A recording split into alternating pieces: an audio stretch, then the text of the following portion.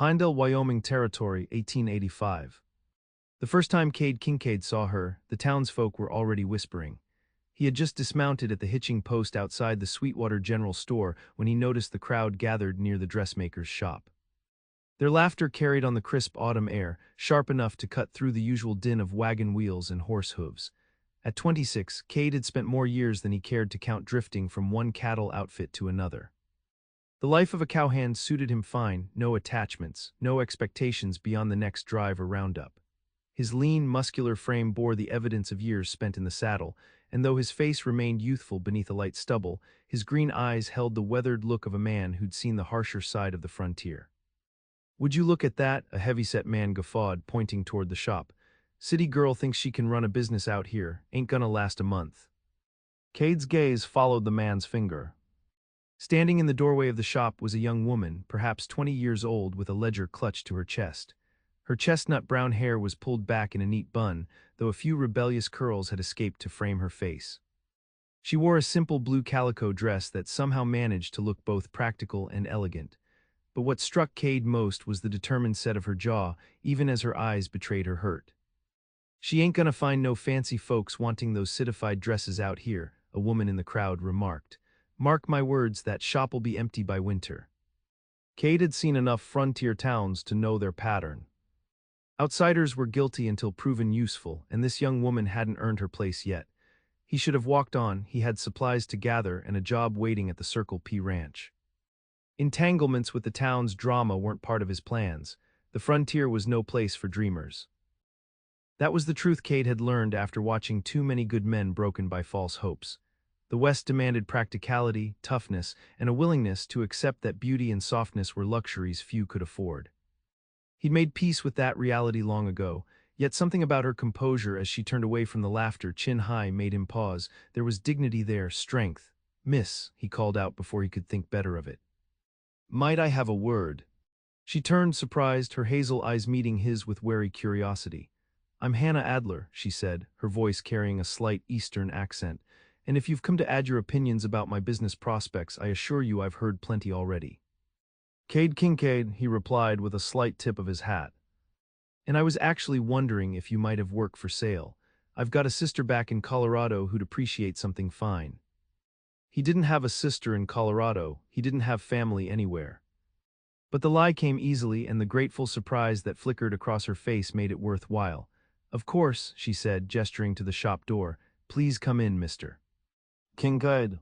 As he followed her inside, Kade told himself this was just common decency, nothing more. A man could show a bit of kindness without getting entangled.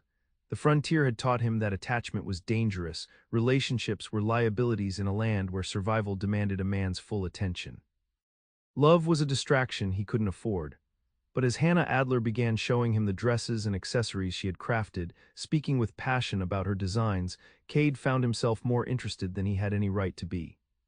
Not just in the merchandise, but in the mystery of how someone like her had ended up in Pinedale, Wyoming, of all places. Little did he know that this chance encounter would challenge everything he thought he knew about survival in the West. "My aunt left me this building," Hannah explained as she carefully wrapped a lace-trimmed handkerchief in brown paper. "She was the only one who supported my dream of designing and making fine clothing." Kade nodded, surprised by how comfortable he felt in this shop filled with fabrics and female things. "Most folks here aren't used to new ideas, especially from outsiders." "I'm beginning to understand that," she replied, her fingers deftly tying string around the package. "But I didn't come all the way from Boston to give up at the first sign of resistance." Boston, that explained the refinement in her speech, the way she carried herself. Kade had met Easterners before, usually passing through on their way to somewhere else. Few stayed long in Wyoming territory. "What made you decide to open your shop here instead of somewhere like Denver or San Francisco?" he asked, genuinely curious. Hannah paused, and for a moment Kade thought he'd overstepped. Then she smiled, a small, wistful expression that transformed her face. "Freedom," she said simply. "In Boston, I was always someone's daughter, someone's niece, someone's proper young lady.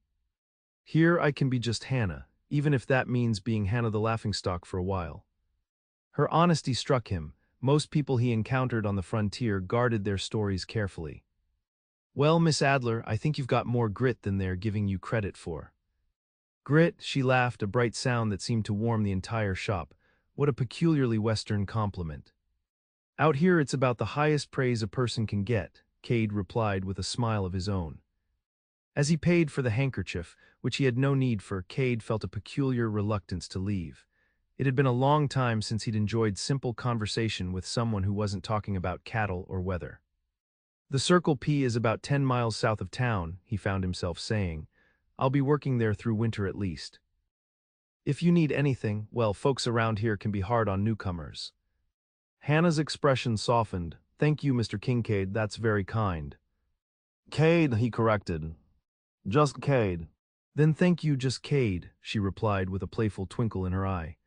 As he stepped back onto Pinedale's dusty Main Street, Cade tucked the wrapped handkerchief into his saddlebag with a strange feeling of satisfaction. He'd done a good turn for someone who needed it, nothing more. By the time he reached the Circle P, he'd have forgotten all about Hannah Adler and her determined hazel eyes. That was what he told himself anyway. 2 weeks later, Cade found himself back in Pinedale. The ranch foreman had sent him to pick up a package at the freight office, a task that didn't strictly require visiting the dressmaker's shop. Yet here he was, standing outside, debating whether to go in. The decision was made for him when the door opened and Hannah herself emerged, nearly colliding with him. Mr. Kincaid, she exclaimed, stepping back in surprise. I mean, Cade. Miss Adler, he replied, tipping his hat. I was just passing by and thought I'd see how business is treating you. A shadow crossed her face briefly before she composed herself. It's been challenging. But I remain optimistic. Looking past her into the shop, Cade could see the truth was likely worse than she let on. The shelves and displays looked untouched, the same merchandise arranged just as it had been 2 weeks ago. I wondered, she continued, seeming hesitant, if you might advise me on something, if you have the time, that is. I've got time, he said, perhaps too quickly. Inside the shop, Hannah led him to a worktable in the back room where several fabric samples were laid out.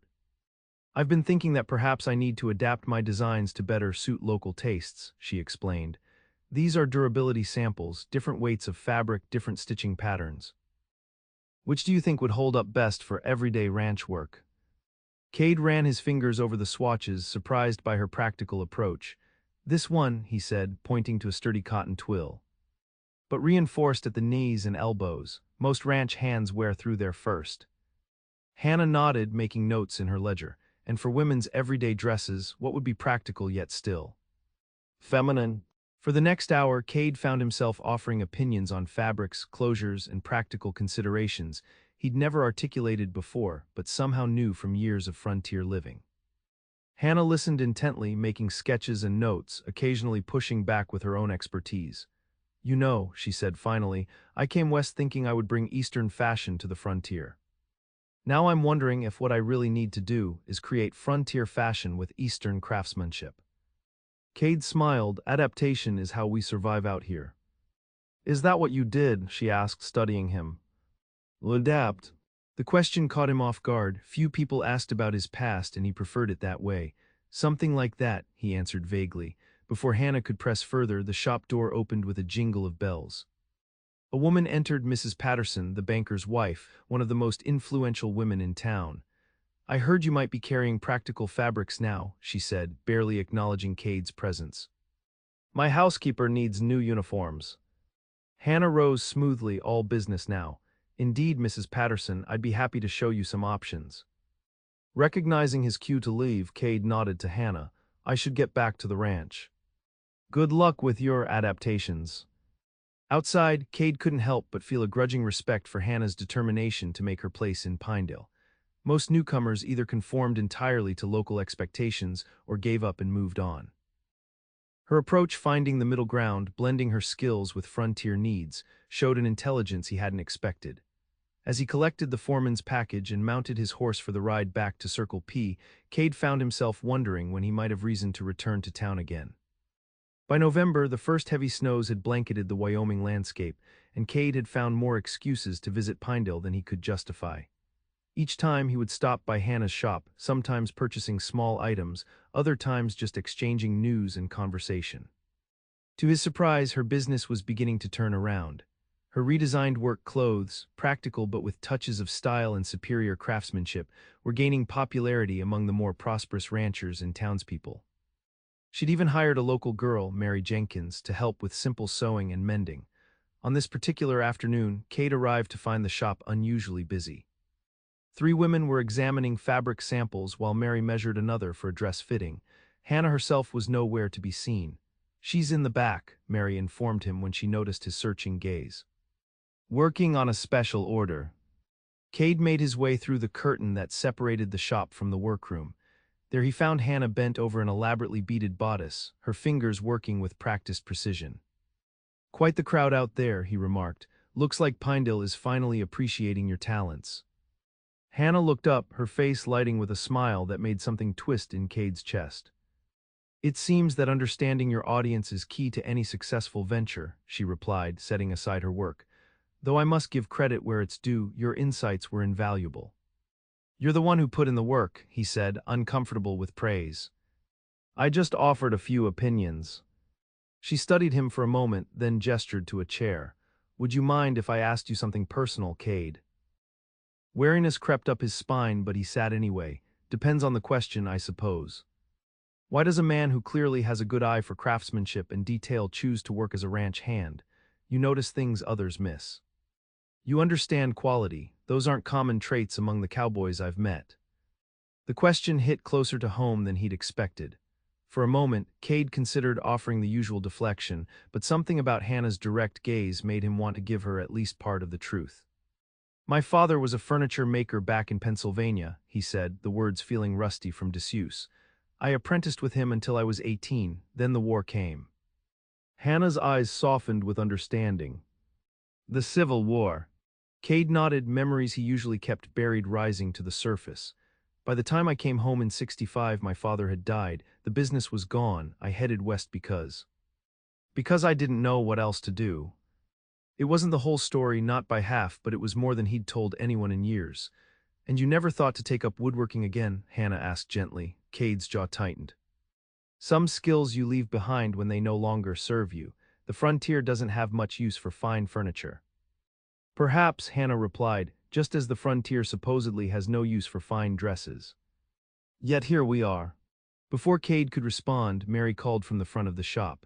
"Miss Adler, Mrs. Henderson is asking about that special order for her daughter's wedding." Hannah rose, smoothing her skirts. "Duty calls." "But Cade," she hesitated, "there's a social at the church Saturday evening. Would you? That is, I would be pleased if you attended." Cade hadn't been to a social in years. The thought of making small talk with townspeople who regarded him as just another drifting cowhand held little appeal. Yet he heard himself say, "I'll see if I can get away from the ranch." The smile she gave him in return was worth the discomfort the promise already stirred in his chest. The church social was in full swing when Cade arrived. Lanterns illuminated the community hall, and a small band played while couples danced. He felt conspicuously out of place in his best shirt and freshly polished boots, a stranger among people who had known each other for years. He spotted Hannah immediately. She wore a forest green dress that complemented her chestnut hair, which was styled in a more elaborate arrangement than he'd seen before. She was laughing at something Mary Jenkins had said, her face animated in a way that made her even more beautiful. For a moment, Cade considered slipping back out the door. What was he doing here? A drifting cowhand with a past best forgotten had no business forming attachments, especially not to someone like Hannah Adler, who deserved far better than the life he could offer. Before he could retreat, Hannah looked up and saw him. The genuine delight that transformed her face when their eyes met rooted him to the spot. "Cade, you came," she exclaimed, making her way toward him. "I was beginning to think the ranch had kept you too busy after all." "Nearly did," he admitted, "but I gave my word." "Well, I'm glad you're a man who keeps his promises," she said, taking his arm with a naturalness that surprised him. "Come meet some people properly. Most of them know you only as that quiet cowboy from Circle P." The next hour passed in a blur of introductions. Hannah seemed determined to integrate him into Pinedale society, introducing him to merchants, the banker, the sheriff, and various ranchers' wives. To his surprise, many greeted him with genuine warmth rather than the polite distance he'd come to expect. "You've been holding out on us, Kincaid," Sheriff Daniels said at one point. "Miss Adler tells me you've got quite an eye for craftsmanship. Says you've been helping her understand what practical frontier folk need in their clothing." Just offering opinions when asked, Kade replied, uncomfortable with the attention. Well, those opinions have helped turn her business around, the sheriff continued. Town's better for having successful shops, brings in more trade. As the evening progressed, Kade began to realize something unexpected. Through her connections with the townspeople, Hannah had been speaking well of him, elevating his status from anonymous drifter to respected advisor. It was a strange feeling to be known, to have people see him as something more than just another hired hand. When the band struck up a waltz, Hannah turned to him expectantly. "Do you dance, Mr. Kincaid?" "Not for a very long time, Miss Adler," he replied, suddenly aware of how rough his hands would feel against hers. "Then it's time to remember," she said simply, leading him toward the dance floor. Cade's mother had insisted he learn proper dancing as a boy. Back in the life he rarely allowed himself to remember. To his surprise, the steps came back to him as he carefully placed one hand at Hannah's waist and took her other hand in his. "You're full of surprises," Hannah murmured as they moved smoothly among the other couples. "A cowboy who dances like a gentleman." "I'm not what I seem," he admitted, the words slipping out before he could stop them. "None of us are Kade," she replied softly. "We all have parts of ourselves we keep hidden." As they danced, Kade became acutely aware of the eyes following them, some curious, some approving, some clearly disapproving. Hannah Adler, the dressmaker who had earned the town's respect through determination and adaptation, dancing with a hired cowhand of unknown background. "People are watching," he noted, discomfort creeping back. "Let them," Hannah said with a defiant lift of her chin. "I've learned that in Pinedale, as in Boston, people will always talk. The trick is not minding what they say." The music ended, and as they separated, Sheriff Daniels approached with a worried expression. "Kincaid," he said in a low voice, "there's a rider from Circle P outside looking for you. Says there's trouble at the ranch." Cade's stomach dropped. What kind of trouble? "Rustlers hit the north pasture, the foreman's gathering men." Giving Hannah an apologetic glance, Kade started toward the door. She followed, catching his arm. "Be careful," she said, her eyes wide with concern. "Please." "I will," he promised, the warm feeling of her hand on his arm lingering even as he hurried into the cold night. The next week brought a harsh winter storm that kept Kade at the Circle P. The rustler situation had been handled, 3 men caught and turned over to the territorial authorities. But the incident had put the entire ranch on high alert. Extra patrols meant longer hours for everyone, and the blizzard that followed made travel to town impossible. During those days snowed in at the bunkhouse, Kade found his thoughts returning again and again to Hannah. The way she had looked in that green dress, the feel of her in his arms as they danced, the genuine concern in her eyes when he'd had to leave suddenly. These feelings were dangerous, he reminded himself. A man with his past had no right to dream of a future with someone like Hannah Adler. She deserved someone stable, respectable, not a drifter carrying shadows from a war that had ended 20 years ago but still haunted him nightly. When the trails finally cleared enough for travel, Kade volunteered to make the supply run to Pinedale. The foreman gave him a knowing look but said nothing as he handed over the list of needed items. The town had the subdued look that followed a heavy snow, with high drifts piled along the boardwalks and fewer people on the streets. As Kade tied his horse outside the general store, he glanced toward Hannah's shop. The windows were dark. Concern fluttered in his chest as he hurried through his errands. It was midday, the shop should be open. When he asked the general store owner about it, the man's expression turned grim. "Miss Adler's been sick these past 4 days," he explained. "Bad case of pneumonia, from what Doc Warren says. Mary's been running the shop when she can, but she's mostly looking after Miss Adler in the rooms above." Pneumonia. The word sent a chill through Kade that had nothing to do with the winter air. He'd seen strong men felled by it during the war. Out here on the frontier, with limited medical care, it could be a death sentence. Before he could think better of it, Kade found himself at the side entrance to Hannah's building, the one that led to the upper-floor living quarters. Mary answered his knock, looking exhausted. "Mr. Kincaid, thank goodness you're here." "She's been asking for you." The rooms above the shop were small but neat, with Hannah's touch evident in the carefully chosen furnishings and colorful quilts. Mary led him to the bedroom door. "She's very weak," the girl warned. "Doc Warren was here this morning and said the fever's not breaking like he'd hoped." Hannah lay pale against the pillows, her normally vibrant face flushed with fever. Her hair had been loosely braided and lay across one shoulder. When she saw Kade, she tried to smile, but the effort seemed to cost her. You came, she whispered. Kade moved to her bedside, shocked by how fragile she looked. Of course I came. I just heard you were ill. It's just a cough, she said, though the words triggered a spasm that contradicted her claim. When it passed, she looked even more drained. The doctor is being overly cautious. You need to rest, Kade said, fighting the urge to take her hand. Save your strength. Her fingers sought his, surprisingly warm from the fever. Will you stay a while? Mary needs rest too. Kade knew he should refuse. The ranch supplies were waiting and the foreman expected him back, but looking at Hannah's pale face and feeling the weakness in her grip, he couldn't bring himself to leave. I'll stay, he promised. For the next several hours, Kade sat by Hannah's bedside, helping her sip water and broth when she would take it, cooling her forehead with damp cloths when the fever seemed to rise. Mary, grateful for the relief, went to tend the shop for a few hours. As evening approached, Hannah drifted in and out of sleep. During one lucid moment, she looked at Kade with unusual intensity. If I don't get better. Don't talk like that, he interrupted. You're going to be fine. Listen, she insisted. If I don't, there's a letter in my desk downstairs. It explains everything. Promise me you'll read it. The desperation in her voice alarmed him.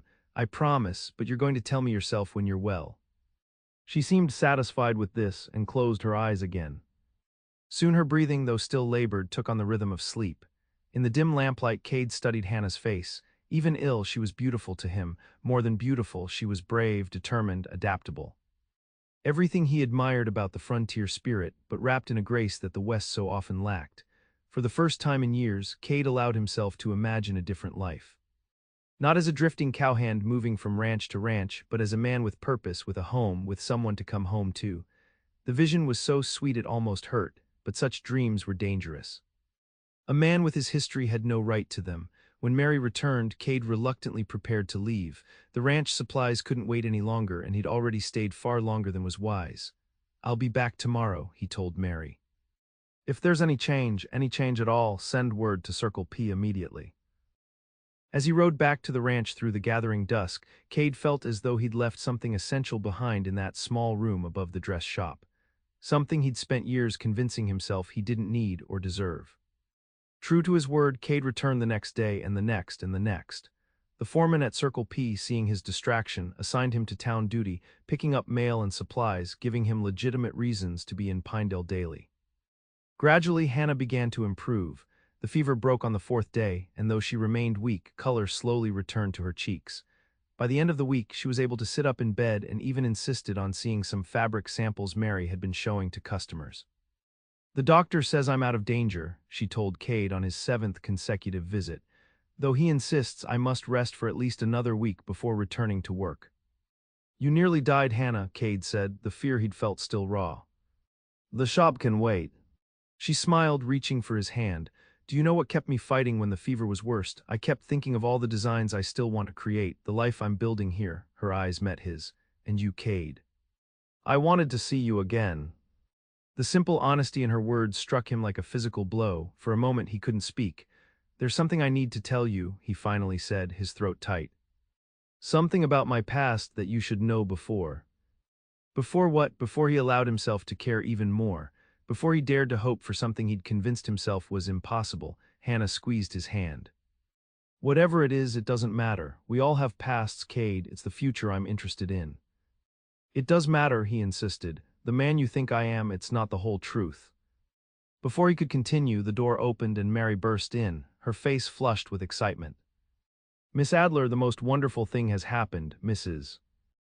Henderson was so pleased with her daughter's wedding dress that she's told everyone in her social circle about your work. There's a letter here from Denver, from Mrs. Chamberlain herself. She wants to order an entire season's wardrobe. Hannah's eyes widened. Eliza Chamberlain, the railroad magnate's wife. Mary nodded enthusiastically, and she's willing to pay a premium for exclusive designs. She says she heard about your work from Mrs. Henderson and wants the same quality craftsmanship. The news was momentous. A commission of that size from someone of Mrs. Chamberlain's standing could establish Hannah's reputation well beyond Pinedale. It was the opportunity she had been working toward. In the excitement that followed, Kade's intended confession was forgotten. He watched as Hannah's face lit up with joy and pride, knowing this was her moment. His past, his burdens, they had no place in this bright future opening before her. As Mary began reading the letter aloud, Cade slipped quietly from the room. Outside in the cold winter air, he took a deep breath, trying to clear his head. Hannah was on the cusp of success beyond what Pinedale could offer. Denver society would embrace her talent. She would thrive there among people who appreciated beauty and refinement, and what could he offer to compare? A life of hardship on the frontier, the company of a man haunted by war and loss. No, the kindest thing, the right thing, would be to step back before he became an anchor holding her to a place in life too small for her gifts. With a heavy heart, Cade mounted his horse and rode back to the Circle P, determined to do what was best for Hannah, even if it meant letting her go. For the next 2 weeks, Cade made excuses to avoid town. He volunteered for the most distant patrols, took on extra duties at the bunkhouse, anything to keep from having to see Hannah and explain his sudden absence. It was cowardice, he knew. But each time he considered riding to town, he remembered the joy on her face at the prospect of the Denver Commission. She deserved that success, that recognition. The last thing she needed was attachment to a man like him, with a past that could resurface at any moment to destroy everything she'd built. February brought a brief thaw, and with it, visitors to Circle P. Cade was mucking out the stables when he heard a familiar voice that made his heart stutter. The foreman said, "I'd find you here." He turned to see Hannah standing in the stable doorway, looking fully recovered from her illness. She wore a practical riding outfit of her own design, a divided skirt and fitted jacket that managed to be both functional and flattering. "Hannah," he said, setting aside his pitchfork, "you shouldn't have come all this way." "Apparently I had to, since you seem to have forgotten the way to town." Her tone was light, but her eyes held hurt and confusion. Cade wiped his hands on his trousers, buying time to compose himself. "I've been busy. Winter's a hard time on a ranch." "Too busy for even a short visit. Too busy to let me know you were alive." She stepped closer. "Mary says you haven't been to town in 15 days, not since the letter from Denver arrived." He couldn't meet her eyes. "You have opportunities ahead of you, Hannah, important ones." "And that explains your disappearance." "How, exactly?" "Denver society will welcome you. Your designs will be appreciated there. It's what you've worked for." Hannah moved closer still until she was standing directly in front of him. "Kade Kincaid, are you avoiding me because you think I'm leaving Pinedale?" Now he did look at her, confusion replacing his carefully constructed resolve. "Aren't you the Chamberlain Commission?" "Is a wonderful opportunity that I can fulfill right here," she interrupted. "I have no intention of moving to Denver. My life, my shop, my home, they're in Pinedale now." Relief and doubt warred within him. "But your work deserves a bigger stage. You deserve better than—" He stopped himself. "Better than what?" Hannah pressed. "Better than a small Wyoming town, better than the life I've chosen." "Or better than you?" The directness of her question left him nowhere to hide. "All of the above," he admitted quietly, "especially the last." Hannah's expression softened. "Shouldn't that be my decision to make?" "You don't know everything about me." "Then tell me," she said simply. "Whatever it is you've been carrying alone all these years, tell me, and let me decide for myself what I deserve." The moment stretched between them, fraught with possibility and danger. Cade had spent so long guarding his past, convincing himself that isolation was his penance and his protection. But looking into Hannah's clear, honest gaze, he found himself wanting to trust, to believe that perhaps the weight he carried could be shared. "Not here," he finally said. "Come with me." He led her to a quiet spot by the creek that ran through Circle P property. Though the day was mild for February, they were both glad for their warm coats as they sat on a fallen log overlooking the water. For a long moment, Cade stared at the flowing creek, gathering his courage. Then slowly he began to speak. "I told you my father was a furniture maker in Pennsylvania and that I fought in the war. What I didn't tell you was that I fought for the Union, but my younger brother Thomas joined the Confederacy." Hannah's intake of breath was soft but audible. "Our family split over the war like so many did. My father and I supported the Union cause, but my mother's family were Southern sympathizers. Thomas was always closer to her, always more impulsive than me." Cade's hands clenched as the memories rose, sharp and painful even after 20 years. "In '64, at the Battle of the Wilderness, I was with the 83rd Pennsylvania. The fighting was chaotic. You couldn't see more than a few feet in that thick forest. I came face to face with a Confederate soldier in the smoke. We both fired." He paused, the familiar sick feeling washing over him. It was Thomas. My own brother, I didn't know until I reached him. He was still alive, just barely. He recognized me. He said my name before he died. Hannah's hand found his, holding tight. My father never knew. He died while I was still with the army, but when I returned home, my mother, Cade's voice caught. She'd received a letter from one of Thomas's friends who witnessed what happened. She called me a murderer. Said I was dead to her, just like Thomas was. Oh, Cade, Hannah whispered, it was war, you couldn't have known. I've told myself that 1,000 times, he said, but it doesn't change what happened. Doesn't change that my own mother's last words to me were that I didn't deserve to live when Thomas didn't. So you came west. Cade nodded, changed my last name from Kerrigan to Kincaid, tried to outrun the memories. For a while I thought if I kept moving, they wouldn't catch up to me. Then I convinced myself that I deserved to be alone, that attachment, happiness, a normal life, those things weren't for me. Hannah was quiet for a long moment, her hand still holding his. Then she spoke, her voice gentle but firm. My father drank himself to death after my mother died of fever. My aunt took me in, raised me as her own. She encouraged my interest in designing and sewing, taught me to believe I could make my own way in the world. She turned to face him fully. When she died and left me this property in Wyoming, a place I'd never been, couldn't even imagine, my Boston relatives told me I was foolish to consider moving here. That a young woman alone would fail or worse. They weren't entirely wrong about the challenges, Cade pointed out. No, but they were wrong about me, Hannah replied. Just as your mother was wrong about you, Cade, we all carry loss and regret. Some heavier than others, I grant you, but denying yourself connection, punishing yourself for something you couldn't control, that won't bring Thomas back. It only ensures that the war takes one more casualty, years after it ended. Her words struck him with the force of truth long denied. For 20 years he had been living as though still in penance, still trying to atone for an act of war that could not be undone. I care for you, Kade Kincaid, Hannah continued softly. I have since that first day when you were the only person in Pinedale to show me kindness. I've watched you over these months, your integrity, your quiet strength, the way you notice beautiful things despite pretending not to care about them. She touched his face, turning it toward hers. The question isn't whether you deserve happiness, it's whether you're brave enough to reach for it. Looking into her eyes, Cade felt something long frozen within him begin to thaw. The possibility of forgiveness, of a future not defined by his past, seemed suddenly terrifyingly real. I care for you too, he admitted, the words both frightening and freeing, more than I thought possible. But Hannah, I've spent so long running and hiding. I don't know if I remember how to stay, how to build something lasting. She smiled, a gentle curve of lips that held more hope than he'd allowed himself in years. Then perhaps it's time you learned, just as I had to learn to adapt my Eastern designs to Western needs.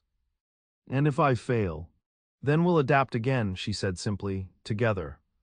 With that word, together, the last of Cade's resistance crumbled. He leaned forward and kissed her, tentatively at first, then with growing certainty as she responded with equal feeling. It was a promise, a beginning, a declaration of intent. When they finally parted, Hannah's cheeks were flushed and her eyes bright. So, Mr. Kincaid, what happens now? For the first time in years, Cade allowed himself to imagine a future with hope at its center. Now, he said, we start building something that lasts. Spring came early to Pinedale that year. By March, the snows had retreated and the first green shoots were appearing along the creek banks. In town, Hannah's shop was busier than ever, her reputation growing with each successful commission completed. Cade had given notice at Circle P, explaining to the surprised foreman that he'd be staying in Pinedale permanently. With the money he'd saved over years of drifting, having had few expenses and fewer pleasures to spend it on, he made an offer on the vacant carpentry shop next to Hannah's dressmaking establishment. The townspeople watched with interest as Kade Kincaid, formerly just another cowhand passing through, began renovating the old building. When he hung a sign reading Kincaid Fine Woodworking, speculation ran wild. Never would have guessed he had that skill in him, Sheriff Daniels remarked to anyone who would listen. But I saw the cabinets he's building for Doc Warren's office. Finest craftsmanship I've seen this side of Denver. For Cade, returning to woodworking felt like recovering a piece of himself long abandoned. The familiar feel of tools in his hands, the satisfaction of creating something beautiful and enduring, these were gifts he had denied himself in his years of penance. On a warm April afternoon, Hannah found him in his workshop, carefully sanding the curved back of a rocking chair. That's beautiful, she said, admiring the flowing lines of the piece. Is it a commission? Cade smiled, setting aside his sandpaper. No, this one's special, it's for us. For us? He nodded, suddenly nervous despite weeks of planning. For our home, if you'll have me as a husband, that is. Hannah's eyes widened as she realized what he was saying. Kade Kincaid, is this a proposal? Not a very good one, apparently, he said with a self-deprecating smile. I should be down on one knee, I think. Before he could move, Hannah crossed to him and took his face in her hands. It's perfect, you're perfect. And yes, I will absolutely have you as a husband. Their kiss was sealed with the promise of a future neither had dared imagine when they first met. He a drifter convinced he deserved only solitude, she a newcomer laughed at by the very town that now embraced her. The wedding took place in June with what seemed like all of Pinedale in attendance.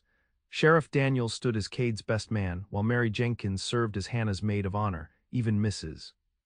Chamberlain came from Denver, bringing several of her society friends who had become devoted clients of Hannah's unique designs.